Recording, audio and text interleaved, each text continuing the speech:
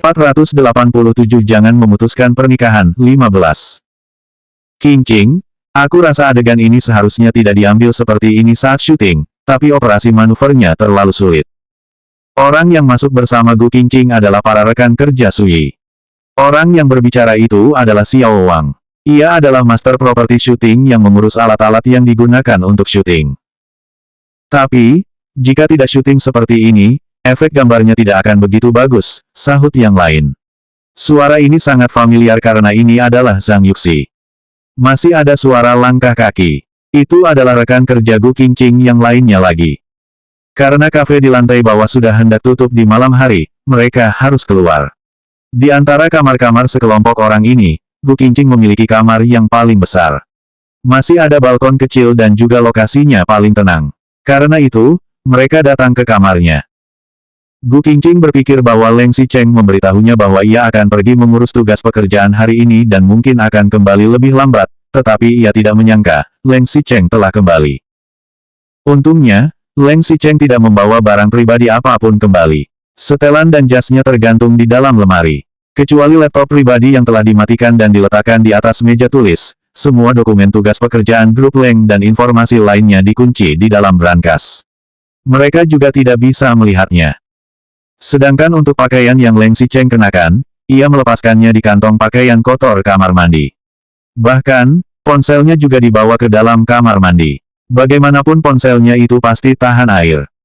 Gu Qingqing membiarkan mereka masuk. Zhang Yuxi masih berkata, kamu tidak mematikan lampu kamar mandi. Kemudian, Zhang Yuxi mengangkat tangan dan mematikan lampu kamar mandi. Leng Xicheng masih ternoda busa. Begitu lampu kamar mandi dimatikan, pandangannya menjadi gelap. Bagaimana ini? Tidak peduli apapun, ia ingin menyalakan air dan membersihkan busa di tubuhnya. Tetapi, jika ia benar-benar menyalakan air, bukannya itu akan memberitahu mereka bahwa masih ada orang lain di dalam kamar. Mengingat kepribadian Gu Qingqing, bahkan jika hubungan mereka berdua telah terungkap, rekan kerjanya menerobos ke dalam ketika Leng Xicheng sedang mandi juga tidak baik, kan? Jika Leng Xicheng tidak membuka air, ia masih baik-baik saja karena mandi dengan air panas. Tetapi, jika ia hanya diam saja, seluruh tubuhnya penuh dengan busa. Bukankah ia akan masuk angin? Dengan temperamen Leng Xicheng, ia sama sekali tidak peduli dengan pendapat orang-orang ini. Ia juga tidak peduli, tetapi jika Leng Xicheng tidak peduli, Gu Qingqing malah sangat peduli. Leng Xicheng sekarang mulai menyesal. Mengapa ia tidak berendam di bak mandi? Setidaknya air di bak mandi akan lebih lambat mendingin. Gu Qingqing yang di luar masih sedang mendiskusikan detail syuting dengan mereka. Syuting untuk pengambilan gambar iklan akan dijadwalkan dalam beberapa hari. Ini adalah pertama kalinya Gu Qingqing memandu iklan di luar lapangan. Ia ingin memulainya dengan benar dan mengakhirinya dengan sukses. Beberapa rekan kerja masuk, namun hotel seperti ini tidak memiliki bangku yang cukup sehingga Gu Qingqing berkata, duduklah di atas tempat tidur. Beberapa orang itu mengangguk. Gu Qingqing baru saja ingin memanggil mereka untuk datang dan duduk, tetapi ia tiba-tiba menemukan, mengapa ada sepasang sepatu kulit pria di lantai. Saat ia melihatnya dengan cermat, itu benar-benar milik Leng Xicheng. Gu Qingqing kemudian melihat lingkungan di sekitar lagi. Meskipun tidak ada banyak pergerakan pada barang-barangnya di atas meja, jelas ada lebih dari satu laptop. Ada lebih dari satu cangkir kopi di sebelahnya. Gu Qingqing sangat jarang minum kopi, jadi itu pasti adalah milik Leng Xicheng. Dia sudah kembali, kah? Di mana dia? Mungkinkah di dalam kamar mandi? Saat Gu Qingqing melihat ada orang yang datang, reaksi pertamanya adalah menendang sepatu kulit itu ke bawah tempat tidur. Kemudian, ia memanggil semua orang untuk duduk sambil tersenyum. Benar saja, ada seseorang yang bertanya, kopi yang sangat wangi. Apa kamu membuat bubuk kopi dan memasaknya sendiri? Mengapa ada mesin kopi juga?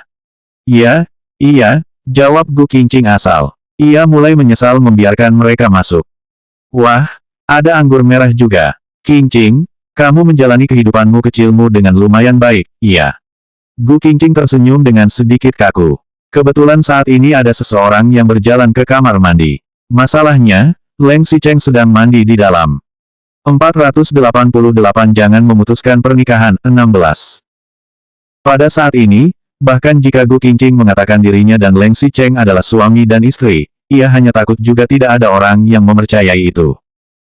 Leng Xicheng bersembunyi di dalam tanpa mengenakan pakaian. Bahkan jika ia menutupi tubuhnya dengan handuk mandi, efeknya juga tidak ada bedanya seperti tertangkap di tempat tidur.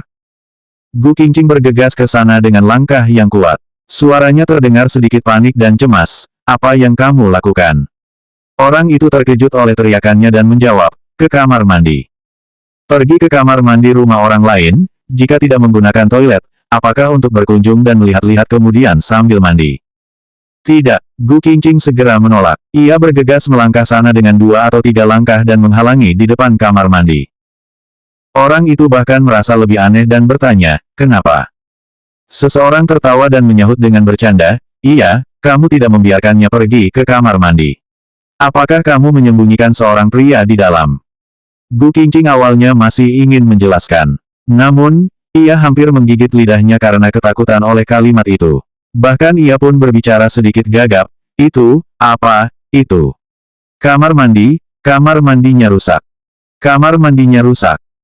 Semua orang di ruangan yang awalnya masih sedang berdiskusi tentang detail syuting itu langsung menoleh begitu mendengar Gu Qingqing berkata begitu dan melihat ke arahnya. Salah satu dari mereka bertanya dengan curiga, bagaimana kamu tahu toiletnya rusak? Kamu bukannya juga baru kembali? Kamar mandinya rusak sebelum aku turun ke lantai bawah. Hanya saja, aku tidak memberitahu kalian, jawab Gu Qingqing, lalu tersenyum dengan sedikit kaku. Kamar mandinya rusak. Mengapa kamu tidak pergi mencari layanan kamar untuk memperbaikinya? Bukannya di sini disebut sebagai hotel kelas atas. Ada orang yang bertugas 24 jam. Iya, kamar mandinya rusak. Bagaimana bisa kamu tinggal di sini? Beberapa orang itu saling membahas, sedangkan Gu Qingqing cekikikan, aku sudah lapor, tapi kamar mandinya rusak dan ada sedikit bau di dalamnya. Lebih baik kamu kembali ke kamarmu untuk menggunakan kamar mandi. Tidak apa-apa, aku tidak masalah. Orang yang ingin menggunakan kamar mandi itu diperkirakan minum terlalu banyak kopi di kafe lantai bawah dan sudah hampir tidak bisa menahannya. Aku yang keberatan. Gu Qingqing segera mengulurkan tangan dan mendorongnya pergi. Kembalilah dan gunakan kamar mandimu. Maaf, aku akan menghidupkan kipas ventilasi untuk menghilangkan baunya. Gu Qingqing mengatakan bahwa ia akan menghidupkan kipas ventilasi sambil menghidupkan lampu di kamar mandi. Leng Xicheng yang di dalam mengangkat alisnya sedikit. IQ istri bodohnya juga tidak begitu buruk. Setidaknya ia bisa menggunakan suara keras kipas ventilasi untuk menyalakan sedikit air dan membersihkan busa di badannya. Episode menggunakan kamar mandi juga tidak menimbulkan banyak pergerakan. Gu Qingqing awalnya berencana untuk melanjutkan dan menyelesaikan detail syuting, serta tidak akan istirahat jika pekerjaan tidak selesai. Tetapi, sekarang rencananya adalah, dengan cepat mengusir para jalang kecil ini. Ada orang yang berdiri lagi. Gu Qingqing segera menjadi gugup. Tangannya memegang ponsel, seperti sedang memegang sebuah batu bata. Saat ia melihat ada orang yang ingin pergi ke kamar mandi, ia akan mengetuk pingsan orang itu. Kamu juga ingin menggunakan kamar mandi? Tanya Gu Qingqing. Tidak, orang itu menggelengkan kepalanya, aku mencuci gelas untuk minum sedikit air. Mencuci gelas juga harus pergi ke kamar mandi. Jangan, aku akan mencucikan gelasnya untukmu. Gu Qingqing segera meraih gelas itu, berbalik, dan hendak memasuki kamar mandi.